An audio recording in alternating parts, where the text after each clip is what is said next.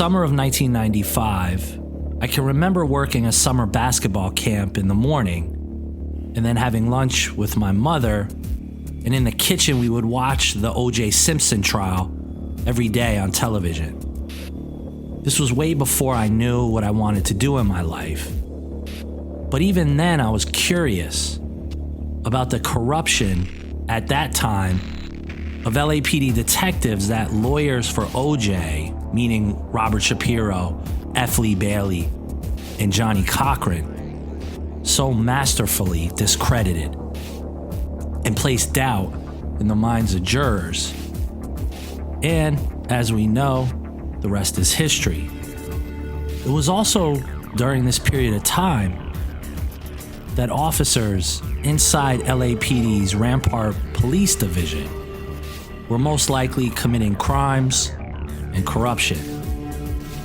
As we come upon the 30th anniversary of the OJ story, my mind goes to another important date, and that is 2002, when journalist Randall Sullivan decided to publish what I consider the best piece of journalism on the LAPD cover-up in the murder of Biggie.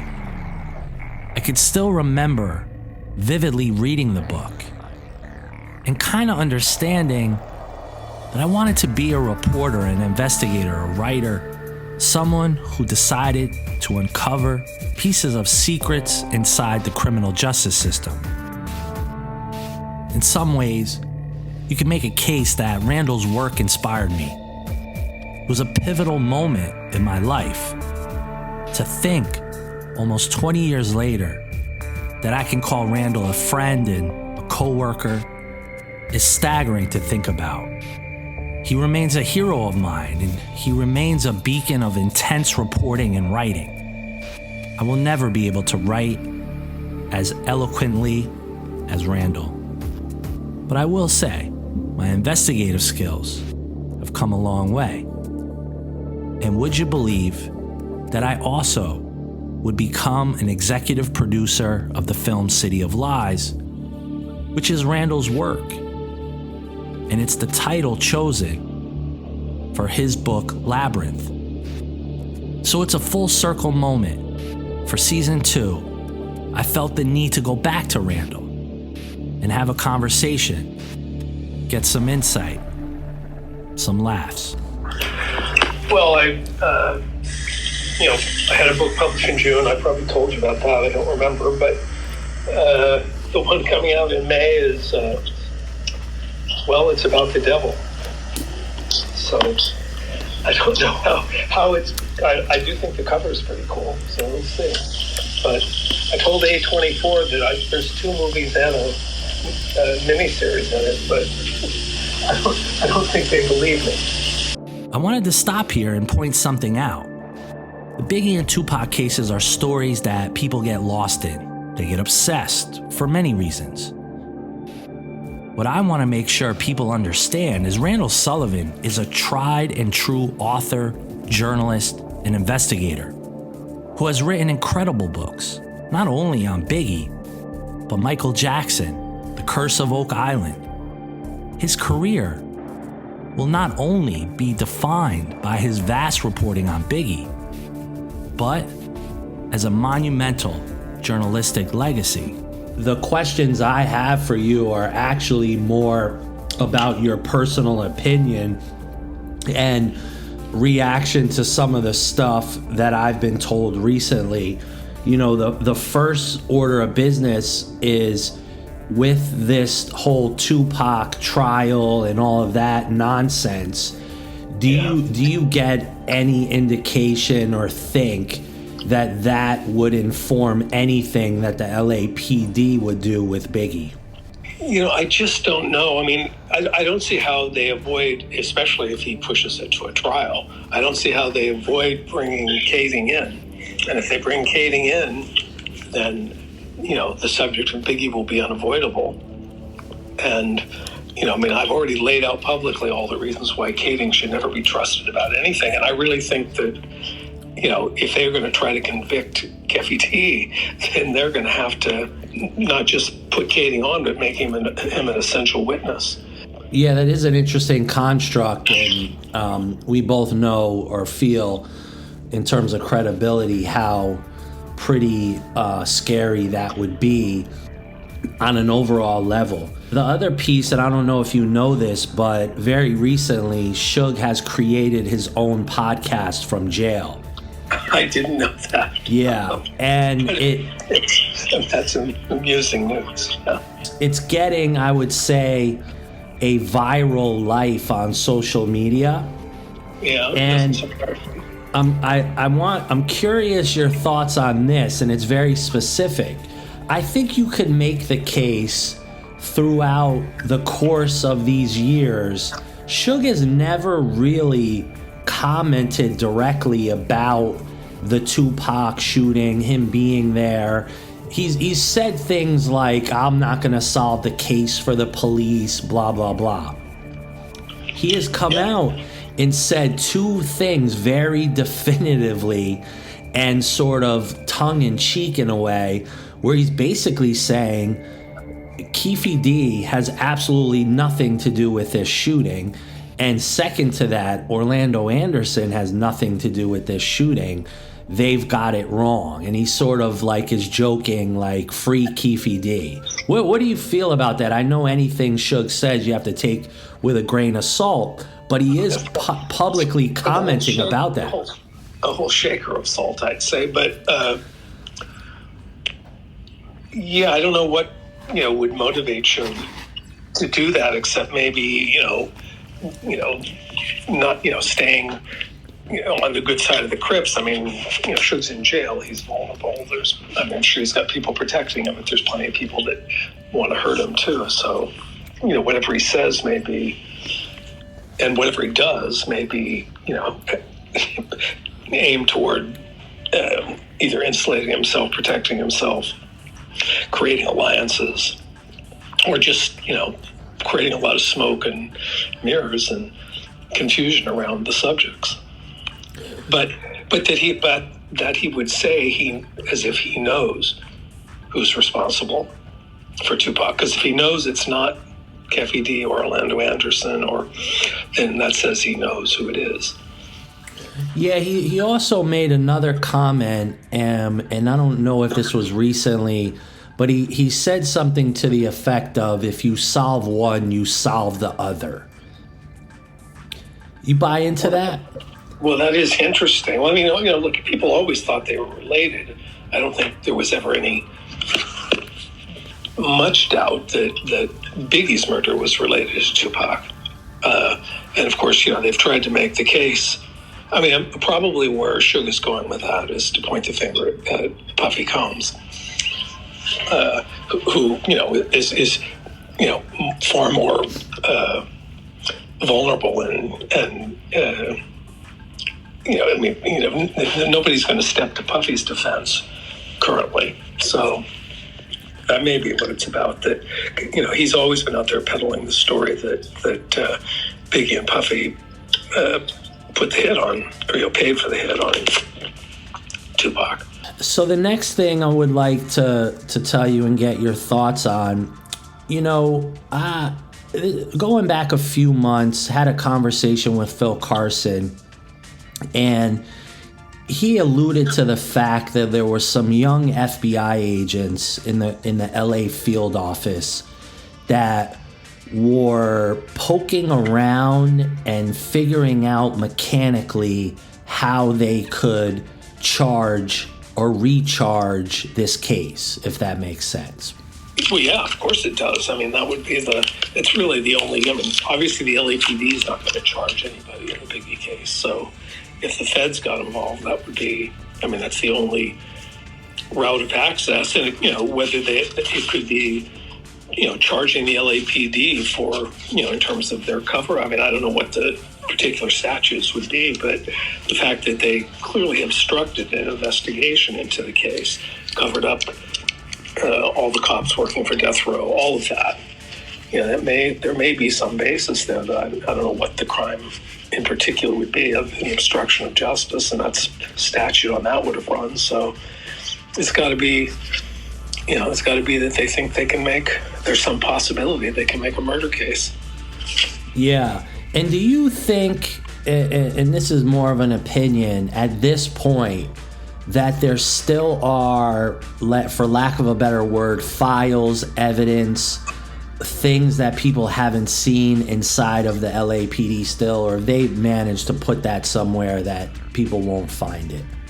Yeah, I think they put it somewhere, very, it's put away as it can be, which is a steel box at the federal courthouse. The last I heard, that's where all that stuff was. Now, I don't know why it would have ever been moved unless the FBI, somebody got a subpoena of it. It seems like that would have been public record, but it was all sequestered, safe at the federal courthouse during the supposed LAPD investigation, and it remained there afterward. Certainly up to the time that Dead Wrong was published, it was still there. When Randall mentioned the safe deposit box, it triggered something in my mind. If this piece of information surprises you, you didn't hear it wrong. A lot of the files, the Biggie homicide, and what I like to call the Biggie lost files are in a locked safe deposit box. Yes, I'll say it again. A locked safe deposit box in downtown Los Angeles. Why? I don't know if you've seen this documentary on Netflix called Trial 4. Have you? No, I haven't seen that. Yeah, and what it is it's about a particular case of a homicide of a police officer inside of the Boston Police Department. And it goes into the story of a young African-American male who was charged with the murder, but cut to it was a cover-up by this rogue crew of detectives within the Boston Police Department. And you want to know who the chief of police was? It couldn't have been Bratton. It was Bratton. Bratton, God. And I just said to myself, I said, here is a man who might have been at the head of the LAPD, the NYPD, and the Boston PD with some of the worst police scandals that our country has ever seen. And he's sort of anointed as this messiah. Yeah, he probably did a decent job in New York, and he got to ride a long way on that. But in LA, he clearly was, an agent of the cover-up in the Biggie case. And I don't know about the Boston thing, but he's, I think he really felt like he was, he'd achieved some really untouchable status, and he was able to put, his, utterly disgraced second in command in LAPD into, a very plum position in Homeland Security. That's how much pull he still got. Now, in your book, Dead Wrong, you did such a brilliant job of covering the story of Perry Sanders. Do you think will there come a time where Perry Sanders will talk publicly in a for lack of a better word, unfiltered way about this case, or is there still a code of silence there around all this stuff? Yeah, I don't know what Perry is saying to other people. I think he's told me just about everything he knows, so I'm not, he's certainly not withheld anything from me that I'm aware of. Occasionally he's played it cute, but then I always figured out who he was talking about anyway. So I think the issue for Perry is his client's privacy. And I don't know where he stands with the Wallace family at this point. I've heard various things about that, but I know that he certainly doesn't want to offend them or say anything that they would feel he should be keeping to himself. But I think that'd be the only inhibition for him. If I look at the full landscape of the work of the dossier, the piece I am missing would be a wide-ranging interview with Perry Sanders. I have a lot of questions, but I also know there's a very specific and sensitive dynamic that is going on where his ultimate obligation is to the Wallace family and no one else. My hope is that all of this work is utilized at some point in a court of law, whether it's civil or criminal? Well, as the time limit or the clock, has expired like 2 or 3 times, but they've come up with other ideas about how the clock isn't yet expired. I don't know if they've got yet another one. They had, the last I heard, the approach was going to be, and I probably was told this not to reveal too much about it, but it was something to go at the LAPD in a different way, more on a failure to investigate claim than a wrongful death claim. That makes a lot of sense, and continues, to be a mystery. Another character you'll appreciate, who very recently also has decided to continue to have his own mouth and speak publicly online in videos, is Reggie Wright Jr. Of course. Yeah. Where, and I know you've done so much work around this, why do you think he continues to partake in conversations, innuendo? He recently threatened Suge, in a video after Suge had kind of called him out in his podcast, and now these two are going at each other. What is your interpretation of why someone like that would just continue to talk? Is he just an idiot, or is there more there? Well, it's both and. I mean, yes, he's an idiot, but he has motives as well. He definitely felt threatened by Suge and has a lot of animosity toward him. Suge, and but Suge knows stuff about Reggie. Of course, Suge would have to admit his own culpability, but he certainly knows things that, could tell the feds in particular about various things Reggie did, mainly, not just mainly, but certainly to hide assets of death row records. And that's for sure. The feds already know it, but I think that Reggie has managed somehow to play everybody off against everybody else, and that includes law enforcement. He is he's an informant / suspect in all of these crimes. So, and they've, for whatever reason, valued him as an informant more than they've wanted to target him as a suspect. And so, it keeps him relevant. It keeps him, sort of in the game. And I think that, really, I think that's what Reggie does for a living now, is talk to law enforcement about all these related cases.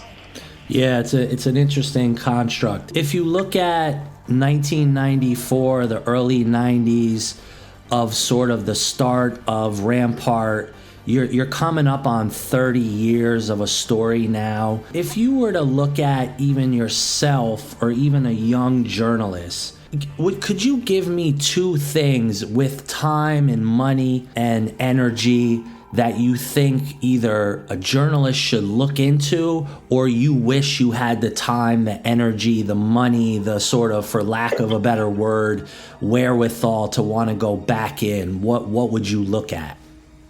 Well, if I had unlimited time and money, if I had people working for me as, leg men or women, I'd say I'd put Amir Muhammad right at the top, because there was a lot of mystery about him. The guy was involved in a lot of things, and nobody ever really got to the bottom of it. And so the connection of a certain part of Muslims, the fruits of Islam, and the one percenters, and those sort of extreme elements of the Nation of Islam, and his connection. I think there's certainly something there. But the other thing would be, the main thing would be why and how the LAPD was able to suppress this case. What did they what did they really use on the FBI to back them off the first time? I mean, Phil Carson has his version because that's what he heard and witnessed, but there had to be more going on. And certainly the connection between Bernard Park's daughter, Michelle, and this whole case there's still a lot more there. And I think I got as deep into it as anybody ever has, but I didn't feel like I went all the way. How do you think, or does this case heading into 2024, does it remain contemporary, for lack of a better word? And if it does remain contemporary, why do you think it does? Well, of course it's contemporary. I mean, somebody's been charged, just recently been charged in Tupac's murder, so it's on the table again. There's no way to avoid the connection to Biggie and Biggie's death because, like I said, they're going to have to put Greg Kading on the stand. So, all of that's it. But also, Tupac and Biggie, in a sense, have become bigger stars with the passage of time, bigger cultural figures. I mean, nobody, at the time Tupac was murdered, nobody would have believed he was going to get a star on the Hollywood Walk of Fame, or that Biggie would be the subject of, Biggie's murder, and Biggie and his murder would be the subject of, movies, television shows. I mean, that it would all be, such enormous cultural impact. So, it's not going to not be relevant, and because, it's I don't know, it's a mystery, but it's also, I think it's proof to a lot of people that the truth doesn't always out. The good guys don't always win. People get away with it. There are conspiracies, and sometimes they're quite successful, as in both of these cases, but especially in Biggie's case. I think it's going to remain relevant, and there will be people talking about it, writing about it, another 30 years probably.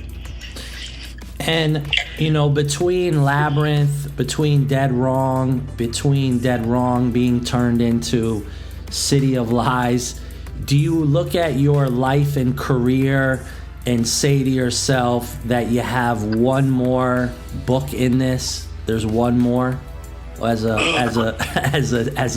last parting note on this, or you look at this and say, you know what, I've made my contribution, I've gotten as deep as I can, and it's time to go write, like you said, about the devil, or baseball during the Depression era?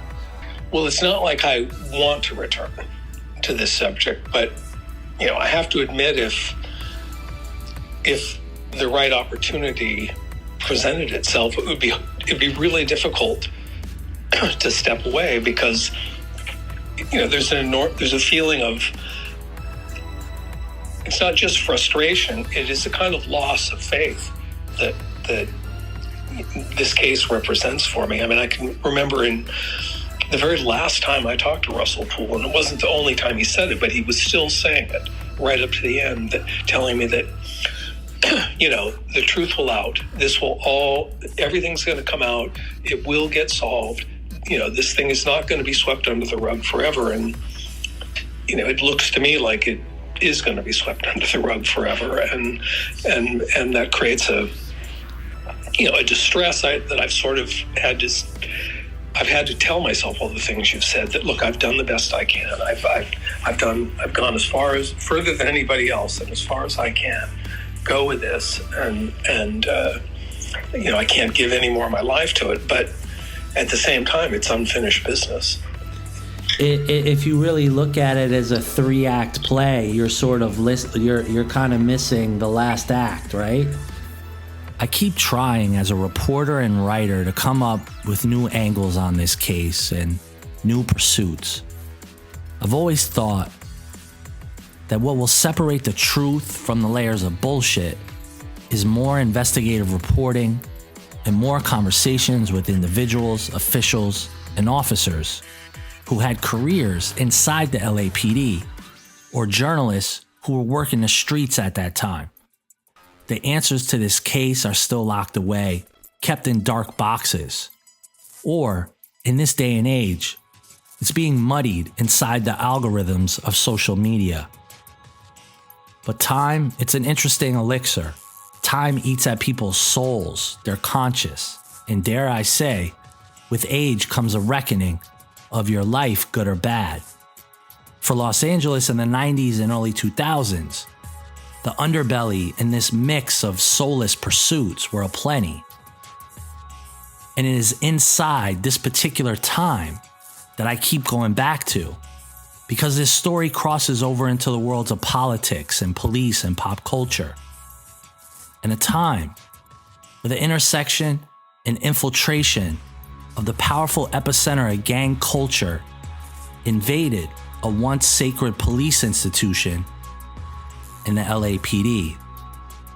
And yet, there remains no reckoning, no last act for people like Randall Sullivan, or Russell Poole, or Phil Carson.